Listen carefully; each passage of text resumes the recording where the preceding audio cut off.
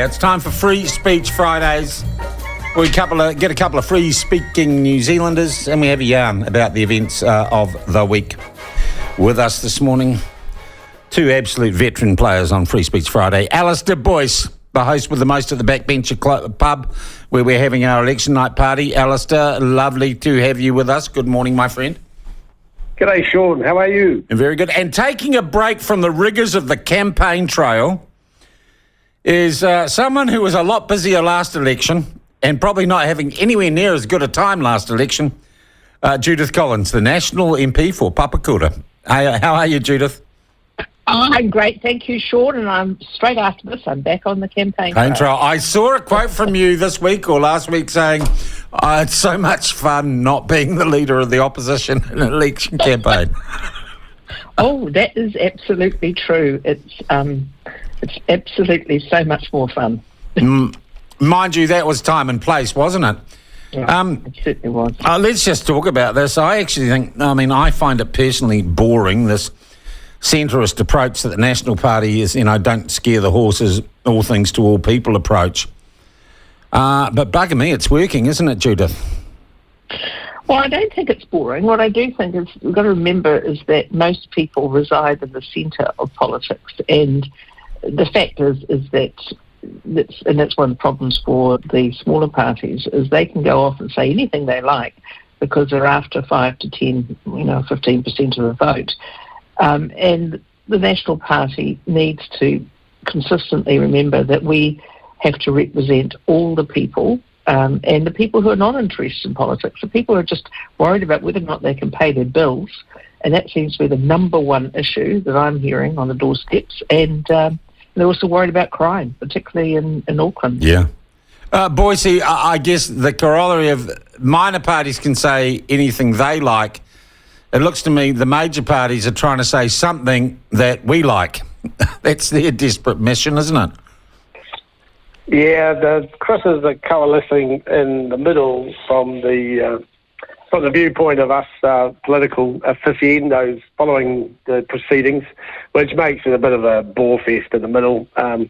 Last night's debate was full of idiocy, whereas the one earlier in the week was full of normality. Well, I said the one earlier in the week had all the tension and conflict of a teenage girl's pillow fight at a slumber party. But talking of teenage girls and best friends forever, guys, Judith, what was going on with Marama Davidson and Debbie Nare-Wapaka last night? Can I tell you, I was blessed not to have to watch them.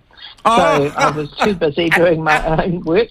And honestly, why, I was too busy. I mean, that's not where... As I said, 2 hours of my life I won't get back. Papakura. Yeah, no, thanks. Made absolutely certain I watched the earlier debate with Chris Luxon and Chris Hitkins, but there was no way that I was going to put real work in the head of what was obviously strange last night. Yeah. Luxo won that, hands down, Judith. Oh, absolutely. There was no doubt about it. Absolutely. And having been one of the few people still standing who has been in those debates, let me tell you, he did a brilliant job. And I thought he kept coming back to what's important to people. I couldn't believe TVNZ, Boise, got David Cunliffe, I'm sorry to be a man, Cunliffe, in as an expert commentator on campaigning and debates because he's such a loser. Oh, yeah, he's the most lame commentator you can get, really. Yeah, and Toe Henry, who I thought might have had something to drink. Yeah, he's probably past his use-by date. That's very kind of you, Boise. It was pretty bad. Has anyone read your palm lately, Judith? No, should they? Was I the last person to do it? How do you know what's going to happen in the future without me helping you? Oh, that's so true, Boise. I don't know. Just wait I'm not going to be, waiting for anything to happen. You just go out there and do your job. Yeah. Can I say about that leaders' debate? Do we, any of us, believe? And the history of this goes back to Nixon versus JFK in 1960, when suddenly TV became a thing. And it was this great moment in Western politics where how you looked on TV was suddenly more important. I actually think in the internet age, these debates are not as significant or meaningful, Judith, as they used to be, even maybe 2-3 elections ago. I think you're right, but I think where you can come across well in election debate is when people underestimate the ability that you've got to do that job. Does it bring you in votes? Maybe not, but does it hold your votes with you? Maybe it does. And that's why Chris Luxon's performance was so important, because what it said to people is, this is a credible person, and this is an enormous job being the Prime Minister, and you've got someone who looks like he knows how to do the job, and you've got someone else who's more interested in sausage rolls. He looked prime ministerial, didn't he, Boyce? Chris Luxon. Yes, he did. Yeah.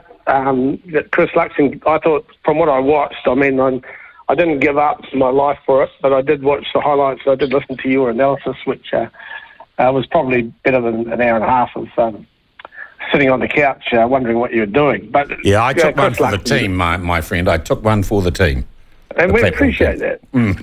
So Chris Luxon came across very credible, and he's obviously can manage people and situations far better, safer pair of hands managing the country than... we must remember too that Alistair Boyce applied to be the candidate for Wellington Central, didn't you? That's interesting. Wellington Central, Alistair, three-way, the Greens and Labor cutting each other's throat.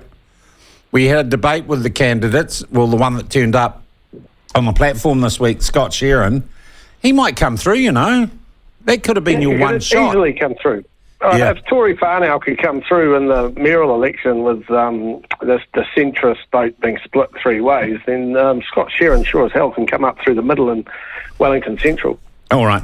Look, guys, I want to touch briefly, and we'll kind of segue it. News Hub's story about Shannon Halbert last night, and I haven't repeated it here because no one I know or I can stack up as a source has said Shannon Halbert is a bully. It seems an odd story at this stage of an election campaign to roll out there.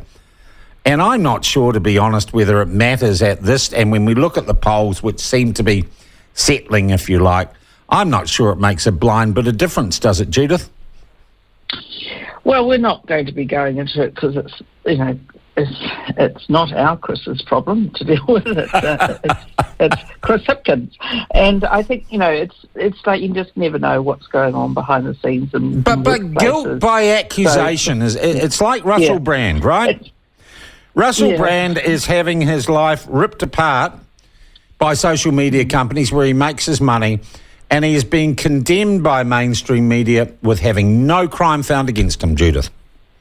Well, I always think it's better to wait for these matters to be properly investigated. But look, I'm not in charge of the News Hub media organisation, but I think it's really important that people, we respect the fact that there are processes that can be put in place and should be put in place, and just let that take its way through. I don't think Mr. Halbert is of any particular interest to the vast majority of the population. I couldn't agree more. And I think he probably had a little moment in the sun a while back, but whatever it is, it'll come through. I mean, whatever, the truth always has a way of coming out, and I just think you just wait and it will come out. Boyce? Yeah, I think the irony there was old Tim van der Molen lost his position by virtue of having been accused of being a bully over Halbert, and now it's all turned around the other way. Yeah. There's a real irony in that. But not particularly momentous, that story, Alistair. It's like gutter sniping. Yeah. Yeah. Yeah. With the Brand thing, I mean, that was 20 years ago. I think he's married with children, another one on the way. Like, it's a different lifetime. Oh, look, make no... if he's raped someone, he should go down. Of course. In a judicial sense. I'm just amazed. It does, for all the world, look like a witch hunt. And, of course, he's played it like that as well. And there's this thing... I had a lawyer, Judith, I saw on Twitter, a Wellington lawyer, a female Wellington lawyer, runs her own practice, was saying, he's a terrible man, I think he's guilty. And I commented on Twitter, I said, that just appalls me.